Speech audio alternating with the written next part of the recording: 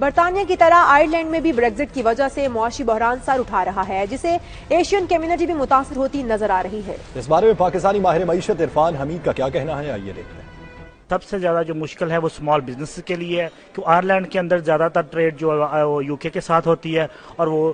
in case of no deal Brexit or in any deal, small businesses are going to suffer levies or taxes, اور especially in GDPR کے حوالے سے جو compliance اور data کے حوالے سے جو لا آیا ہے نیا، اس کے علاوہ سے جو ایڈمنسٹریشن کاسٹ بڑھ رہی ہے، اور ٹیکس اور VAT جس کو ہم اپنے ملک کے اندر سیلز ٹیکس کہتے ہیں، اس کے حوالے سے بھی پریشانی ہے اسمال بزنس کے لیے، کیونکہ یو کے جو ہے وہ بریگزٹ کی صورتحال میں وہ ایک تھرڈ کنٹری اس کو ایز اے تھرڈ کنٹری لیا جائے گا، اور اس کے ساتھ جتنی بھی ڈیلنگ ہوگی وہ ویسی ہوگی جیسے آؤٹ آف EU کی کسی کنٹری کے ساتھ ہوتی ہے، اور اس کی چیکنگ گڈس کی ویسے ہی ہوگی، اور اس کے لیے بڑی پریشانی ہے۔